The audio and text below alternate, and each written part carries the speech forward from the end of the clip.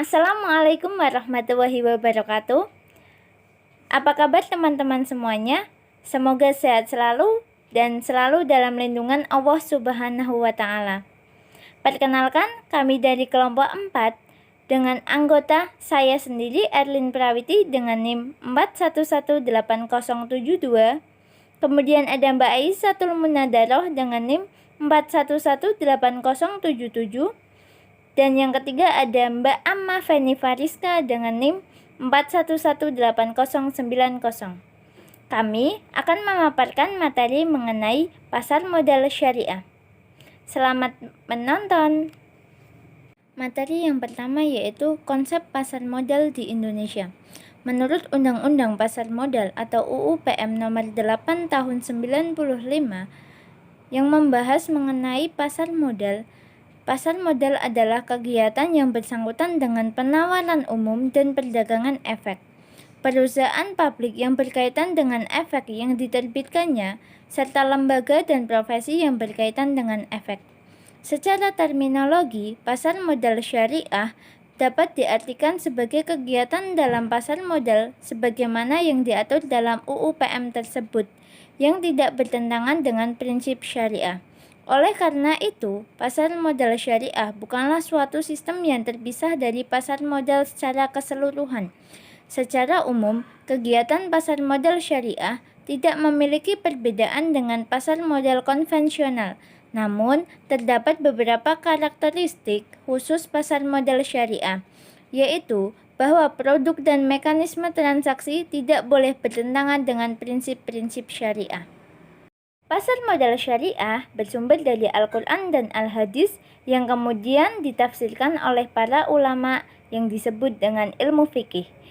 Terdapat kaidah ilmu fikih muamalah yang menyatakan bahwa pada dasarnya semua bentuk muamalah diperbolehkan, kecuali ada dalil yang mengharamkannya. Konsep itulah yang dipakai oleh pasar modal syariah di Indonesia. Dasar hukum pasar modal syariah. Yang pertama, ada peraturan nomor 2.K.1 tentang kriteria dan penerbitan daftar efek syariah. Yang kedua, ada peraturan nomor 9A13 tentang penerbitan efek syariah. Dan yang ketiga, tentang peraturan nomor 9A14 tentang akad-akad yang digunakan dalam penerbitan efek syariah. Selanjutnya, sejarah dan perkembangan pasar modal syariah. Tahun 1912, perkembangan pasar modal di Indonesia diawali sejak masa pendudukan Belanda di Indonesia dengan nama Vereniging voor de Effectenhandel yang tujuannya untuk menghimpun dana guna menunjang ekspansi usaha perkebunan milik kolonial Belanda. Meletusnya Perang Dunia Kedua membuat kegiatan pasar modal berhenti. Tanggal 1 September 1951, setelah memasuki era kemerdekaan Indonesia, dikeluarkan Undang-Undang Darurat Nomor 13 tentang Bursa yang kemudian ditetapkan sebagai Undang-Undang Bursa Nomor 15 Tahun 1952. Tanggal 10 Agustus 1977 dibentuk Badan Pelaksanaan Pasar Modal atau BAPEPAM yang pada tahun 1991 berubah menjadi Badan Pengawas Pasar Modal dan saat ini menjadi Badan Pengawas Pasar Modal dan Lembaga Keuangan atau BAPEPAM dan LK.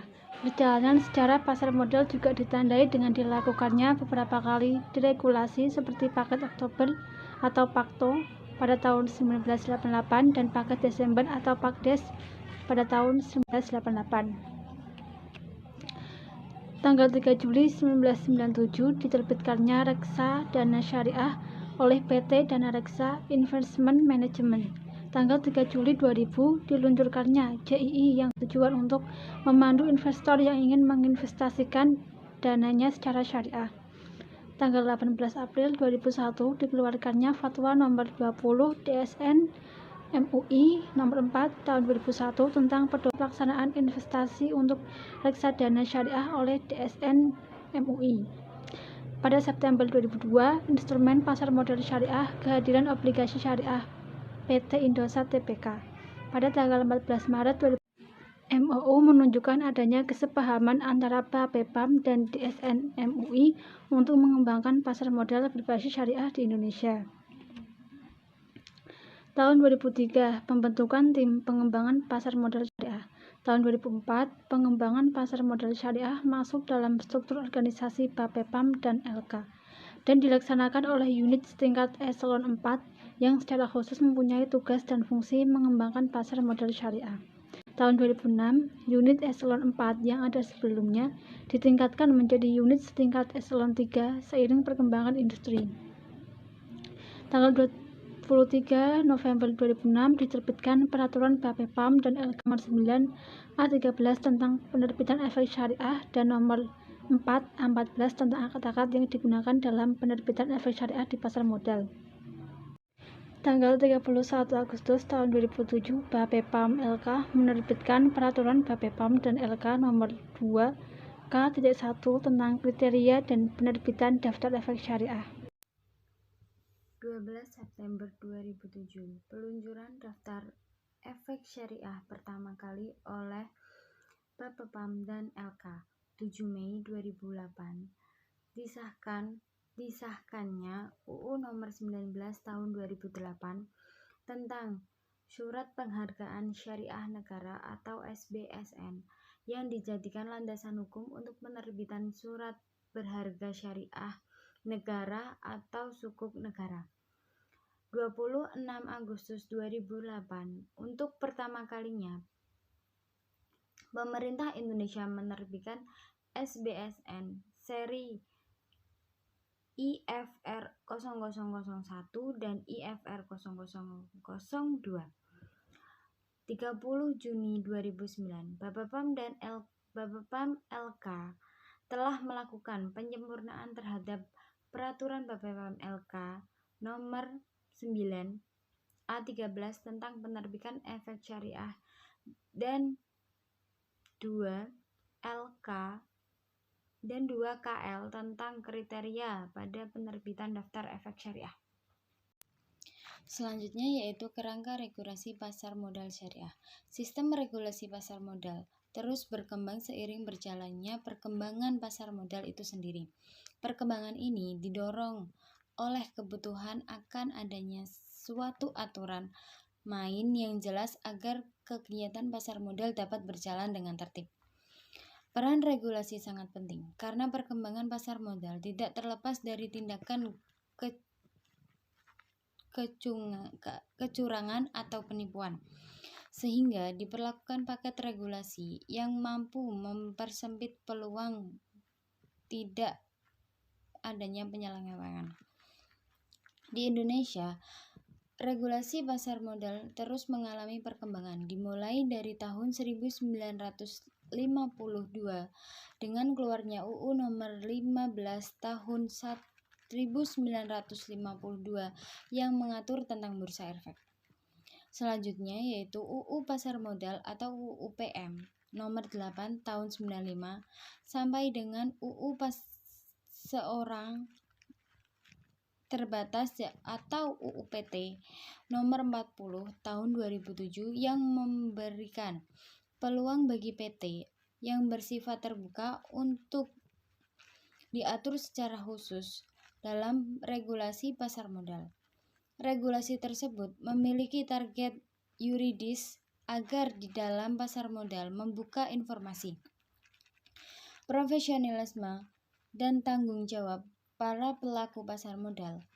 Pasar modal yang tertib dan modern, efisien, kewajiban serta adanya perlindungan terhadap investor.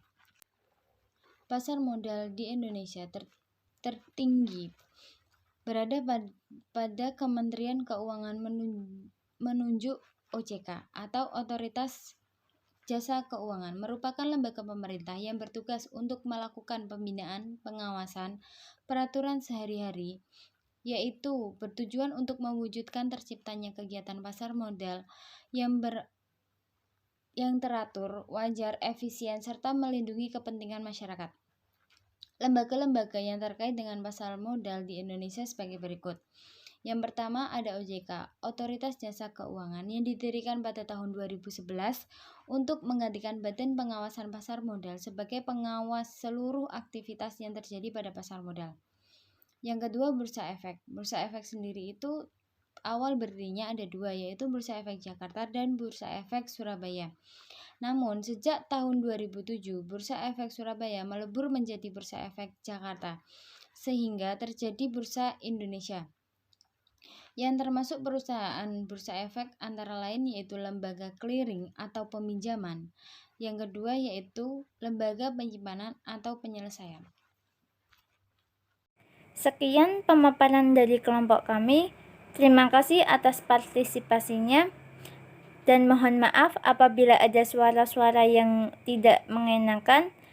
Wabillahi taufiq wal hidayah. Wassalamualaikum warahmatullahi wabarakatuh.